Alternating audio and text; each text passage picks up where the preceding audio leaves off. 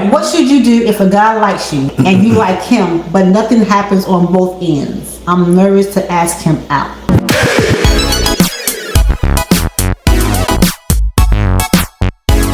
I'm gonna let her deal with this, right?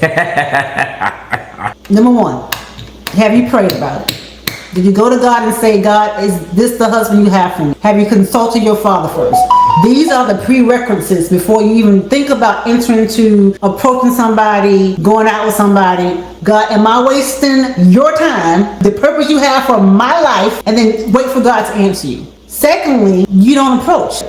He who findeth a good thing. I didn't approach Vito. Yes, I had feelings for him that came and I gave it to God and God took it away, but I didn't approach him. God touched him to approach me. That's the order. I don't care what the world says. They can say what they want to say. I really don't care. Obviously, it's not working for the world. We see that. But Vito came to me. Even though I had feelings for him, I didn't go to him with those feelings. I went to God for those feelings. God, I'm your daughter. I'm your child. And I have these feelings for your son. What do I do with these? Let it die. And if it's meant to happen, and he did 3 months later. That's when he approached me. So if it's God will touch his heart to come to you. You should not be pursuing anything. He should not be pursuing if God did not tell him to pursue. Man. I always use Adam and Eve as a blueprint. I tell a woman, I said, okay, why is it that you want to be married? Eve didn't have no desire to be married because she didn't even know, just like Adam. But there was a purpose, only God knows. You have to understand the man chooses, but the woman also has to be in the position to where she spiritually knows that this is what she's been chosen for. She has to have already gone through her process to know that she's been prepped and molded and being prepped and molded for this. God puts that thing in your spirit and he also preps and molds you and shapes you. At the same time, some people he don't even do that to. So now you have to ask yourself this question. Because you like this person. Why do you like this person? What is this interest in this person that you like? So my thing is this. You definitely have to have that relationship with God first. When you have a relationship with God, I say relationship. Has nothing to do with your religious organization that you attend, has nothing to do with how many times you open up the Bible, it has nothing to do with how many times you bow down and worship. It has nothing to do with none of that, because anybody can do all of that and still don't have a relationship. I'm talking about, you know how God speaks to you.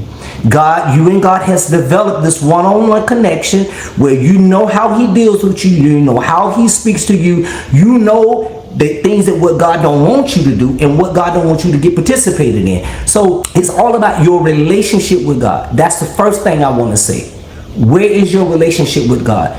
Check your relationship with God first. Don't get me wrong. We are human beings. All right. I know there's a natural thing that we all do. We take an interest in things. We take an interest in people. We like what we see. We know what we like what we see. When you like someone from a male perspective, this is how a man likes a woman. He looks at her and he sees how she looks. He sees how she walks. He sees how she dresses. He sees how she carry herself. And she look nice. That's the liking part of a man. That a natural man, that's what he does. His liking to you may be totally different from your liking to him. That's why it's important to have what? Discernment, relationship with God, because all of that will kick in.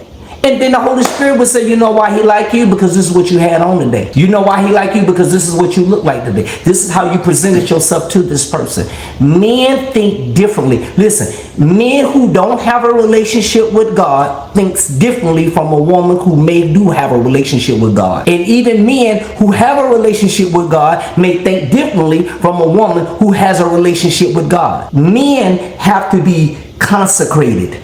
Men have to be delivered. Men have to go through a process of healing. Men have to go through finding out who they are as a man. Men have to go through having a relationship with God first. Adam had a relationship with God first before Eve came into the picture.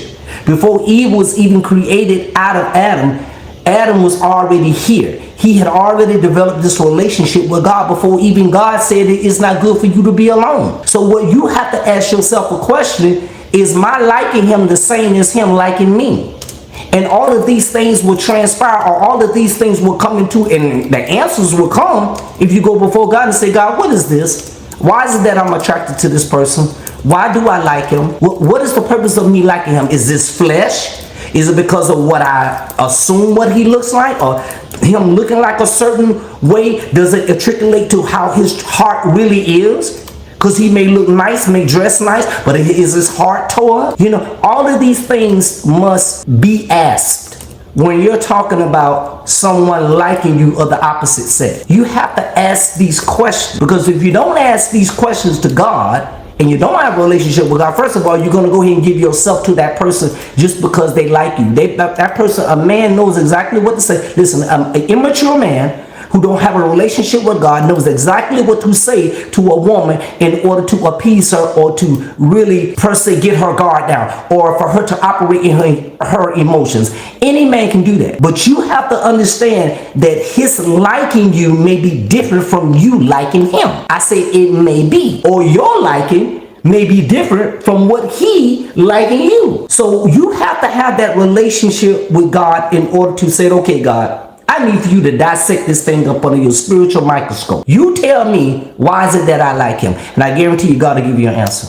God will give you the right answer, and he gonna give you the truth. Now, is either you like him because you got a fleshly desire to be with somebody, he gonna tell you. You liking him because it's something about his aura. It's something that you can't picture. You don't understand why, but you're attracted to him. He gonna tell you. But trust me, if it got something to do with flesh, he gonna tell you. And what I mean, if it's something to do with a lust that is in you, because you're afraid to be alone, or because you want to have a companion, you want to be with somebody because you're tired of being single. All your girlfriends got somebody, but you don't have nobody. All of that will be exposed if you ask him the question. Just ask him the question, and he will tell you, and be open to be able to receive the answer when he tells you. God will initiate the connection. You don't have to manipulate anything. That's what the world tells you to do. Girl, put yourself out there. Girl, if you don't get yourself out there, you're going to be single forever. That's the world's way. And as you can see, the history of the world's way, I don't care if you're a celebrity and you're rich and famous, it does not last. Only thing that lasts is when God connects you. Everything through God is that's what lasts. Okay. Also, don't you know the enemy knows what you like? Absolutely. If you're anything like me, I was a heathen way before I became a child of God. So he knew my likes and would serve it to me on a silver platter.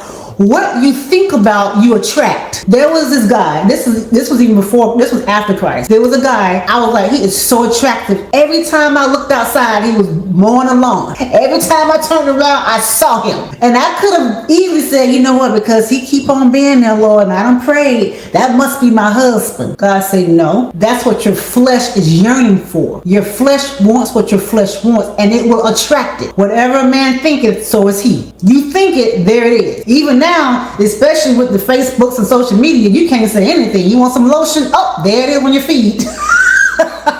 Oh man, I gotta get some more dish detergent. Oh, there it is on your feed. It's right there in your face. So you have to be able to say, okay, God, yes, I may be attracted to this guy. Yes, I may like all the things about this guy. But what do you have for me? Is he the one that you have for me? Let's understand, it's not just about liking somebody. It's not just about getting with somebody. It's not just about marriage. Y'all, it's so much bigger than that. And that's where God comes in. He knows what you don't know. He knows the future. He knows what that person will be like.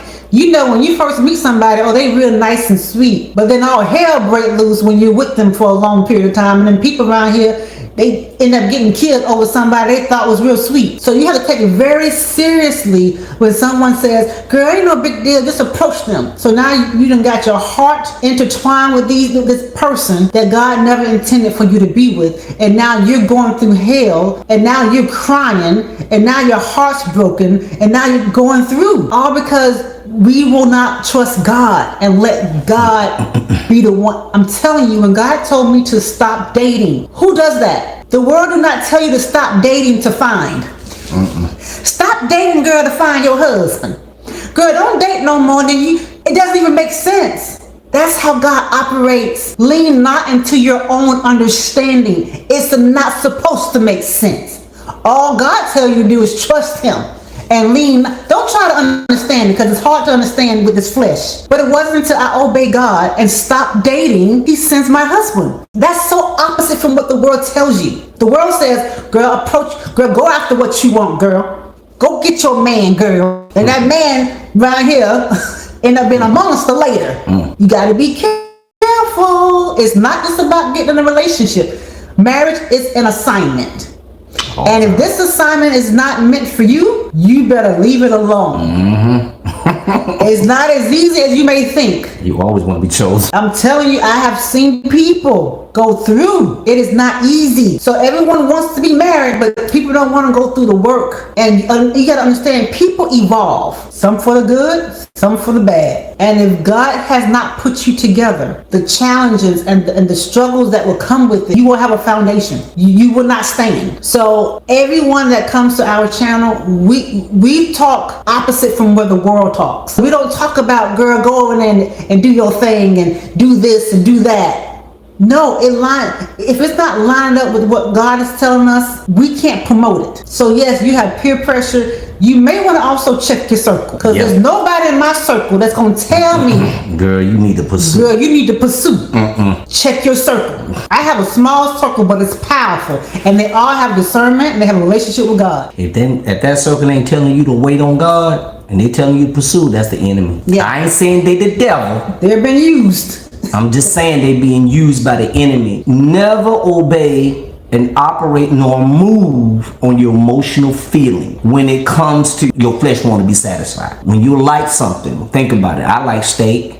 And matter of fact, I got some steak over there I'm finna cook. I like steak. This flesh likes what it likes and it desires to do what it wants to do. And 10 times out of 10, it's always going to choose to do whatever it is that's going to satisfy it. The enemy is tricky, very tricky. He puts in front of you what you like. I'm gonna dangle that thing right up in He does those things because his objective is to deceive you. His objective is to get you further away from the destination and the purpose that God wants to take you. He knows. Now, he may not know specifically the assignment on our lives per se, because our Father doesn't share secrets with him about us, because his relationship with us is just the same as with you. Your Father loves you so much the way he's not going to give the enemy any ammunition to deceive you even more. It says,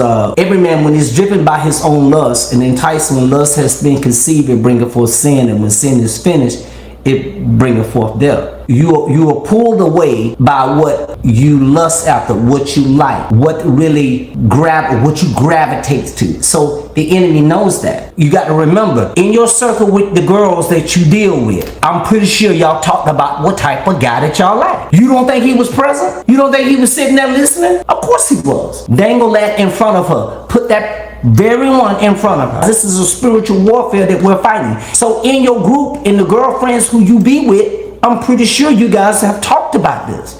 What type of man y'all want, what type of husband y'all looking for, what type of husband y'all would love to be married to. All of this stuff is basically coming out your mouth. So when you speak these things out your mouth, you're only giving the enemy ammunition. You're only giving him. My people are destroyed for lack of knowledge because they've rejected knowledge, right? So this is the knowledge that God has given us to give to you. So you got to be careful is what she's saying. You better be careful about your circle and the things that you talk about. It's okay if you want to get together with your girls, but limit yourself in some of the conversations and what they want to talk about. You have to be able to get yourself educated.